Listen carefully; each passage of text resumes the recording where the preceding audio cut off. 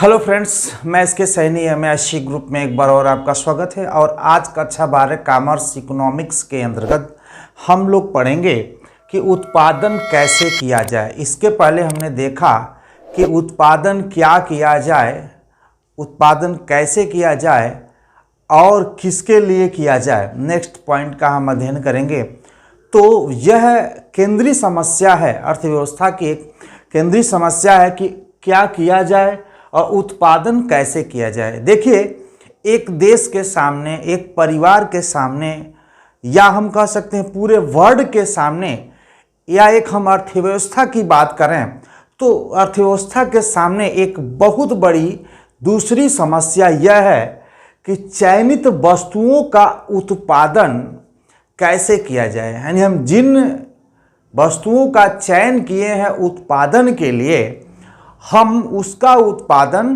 कैसे करें। तो वास्तव में एक देश के सामने, एक व्यक्ति के सामने, एक परिवार के सामने अगर किसी वस्तु का वह उत्पादन करता है तो उसके सामने एक चयन की समस्या जरूर आती है। चयन की समस्या आती है जिसको हम यह तकनीकी चुनाव की समस्या के भी नाम से जान सकते हैं। हम कह सकते हैं कि किसी देश, किसी व्यक्ति या अर्थव्यवस्था के सामने हम कह सकते हैं कि अर्थव्यवस्था के सामने जो दूसरी सबसे बड़ी समस्या है, दूसरी जो सबसे बड़ी समस्या है, समस्या यह है कि वह किन वस्तुओं का उत्पादन करें, मतलब कैसे उत्पादन करें। तो समस्या बड़ी है, वो समस्या यह है कि चयनित वस्तुओं का उत्पादन कैसे किया जाए।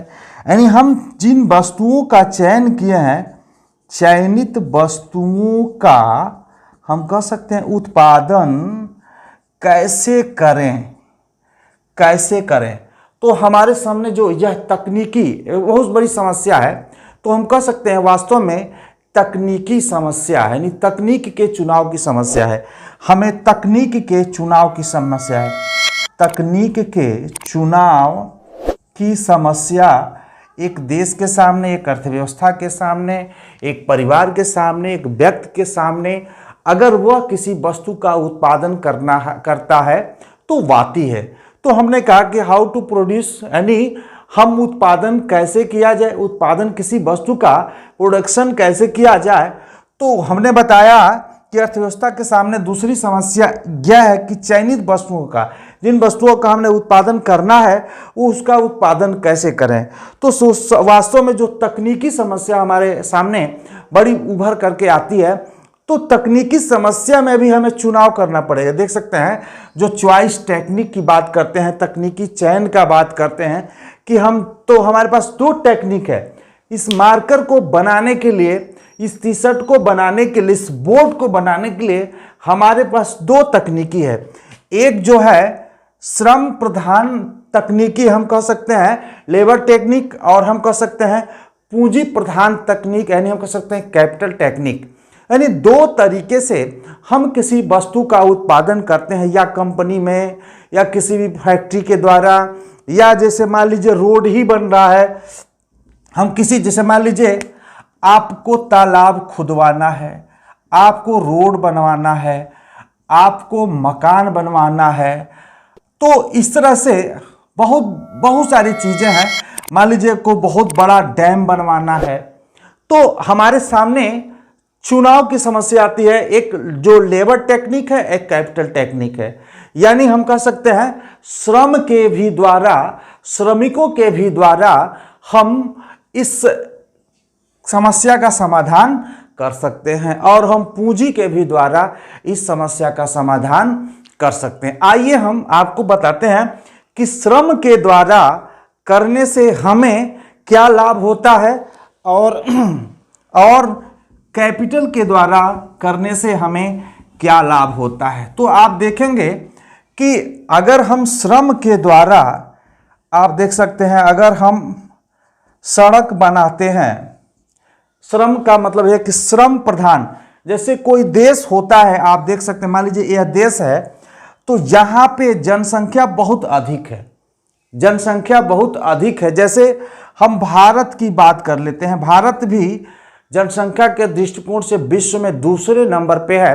तो जनसंख्या मान लीजिए यहाँ पे बहुत अधिक है, तो यहाँ पे जहाँ पे जनसंख्या अधिक होती है वहाँ कम पैसे में, हम कम मजदूरी में उन जनसंख्या से अपना काम चला सकते हैं। अगर हम मशीन से किसी वस्तु का प्रोडक्शन करते हैं तो उस मशीन को बनाने में हमें काफ़ी पैसे की ज़रूरत पड़ती है। तो हमें, हमारे पास समय भी मशीन को बनाने से बच जाएगा, पैसे भी कम लगे, ज़्यादा लगेगा मशीन में, और श्रम के द्वारा अगर हम ये काम कराते हैं, ये सड़क बनाने का, हम कह सकते हैं तालाब खुदवाने का, हम कह सकते हैं कोई डैम बनवाने का, अगर हम व्यक्ति श्रम से करते हैं तो हमें कम पैसे में यह चीज़ हमको बन जाता है और हमें रोजगार के अवसर भी मिल जाते हैं और बेरोजगारी में कमी भी आ जाती है। तो हमने देखा कि श्रम प्रधान तकनीकी में क्या होता है,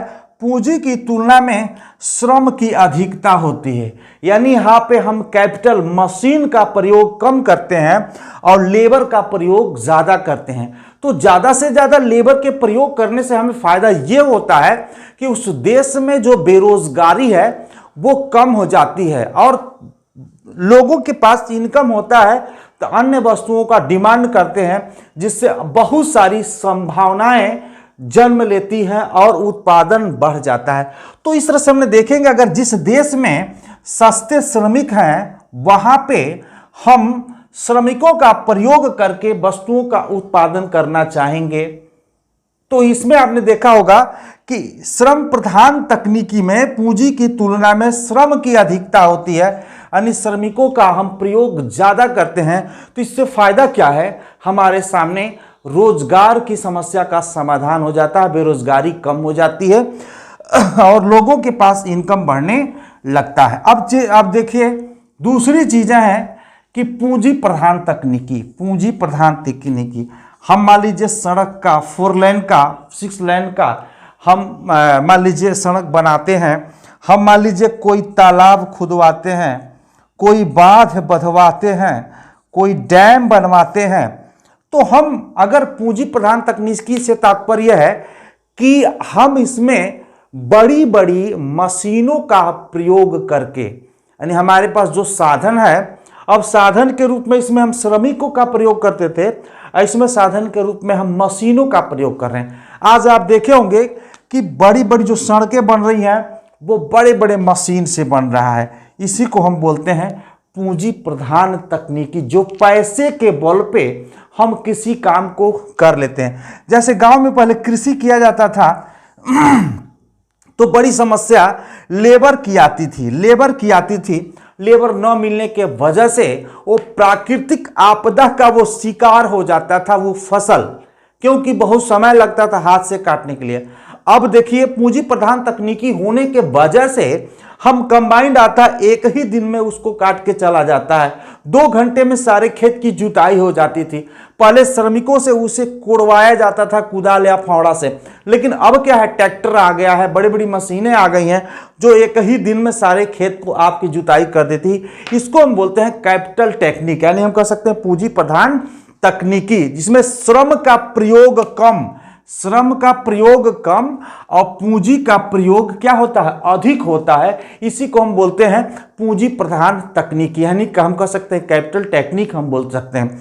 तो इसमें क्या होता है कि मान लीजिए तालाब खुदवाना है तो बड़े बड़े ट्रैक्टर है, बड़े बड़े खोदने वाले मशीन है, बांध बंधवाना है तो भी, डैम बनवाना है तो हम इसमें लेबर का प्रयोग बहुत कम करके हम केवल मशीन का प्रयोग करते हैं। तो आप जान सकते हैं जब पूंजी जो पूंजी की मतलब इस तकनीकी, हम पूंजी की तकनीकी का जब हम प्रयोग करते हैं तो श्रम की तुलना में पूंजी का हम उपयोग अधिक मात्रा में करते हैं। तो इस तकनीक के प्रयोग करने से क्या होता है, जो उत्पादन कुशलता, यानी जब हम इस टेक्निक का प्रयोग करते हैं तो जो उत्पादन होता है वो उत्पादन कुशलता, यानी जो उसका प्रोडक्शन होता है वो बहुत अच्छा होता है, कुशल होता है और उत्पादकता में यानी प्रोडक्शन में ग्रोथ होता है। हम कह सकते हैं उत्पादन में वृद्धि भी होता है। यानी हम कह सकते हैं मशीन का जब हम प्रयोग करते हैं तो स्वकुशल अपने हिसाब से जिस तरह से चाहते हैं कम समय में हम सड़क भी बना लेते हैं, एक लेवल में बना लेते हैं, कहीं नीचा और कहीं ऊंचा नहीं होता है। लेकिन श्रम प्रधान तकनीकी से अगर सड़क का निर्माण करते हैं तो एकदम लेवल नहीं होता है, मतलब एकदम बराबर नहीं होता है, क्योंकि हम हाथ से बनाते हैं और मशीन से कहीं कोई मिस्टेक नहीं होता है। हम तालाब की भी खुदाई करवाते हैं तो एक लेवल से उसकी खुदाई हो जाती है। बांध भी बनवाते हैं तो जितना ऊंचा चाहे मिट्टी ले जा करके हम उसको बंधवा देते हैं। ये कैपिटल टेक्निक की बात कर रहे हैं हम। डैम भी बनवाना है तो आदमी से जो वो काम में जो कुशलता है, जैसे मान लीजिए हम किसी वस्तु का प्रोडक्शन करते हैं, जैसे मान लीजिए आप देख सकते हैं कि हथकरघा उद्योग आप देख सकते हैं। एक एग्जाम्पल हम आपको देना चाहेंगे, एक एग्जाम्पल।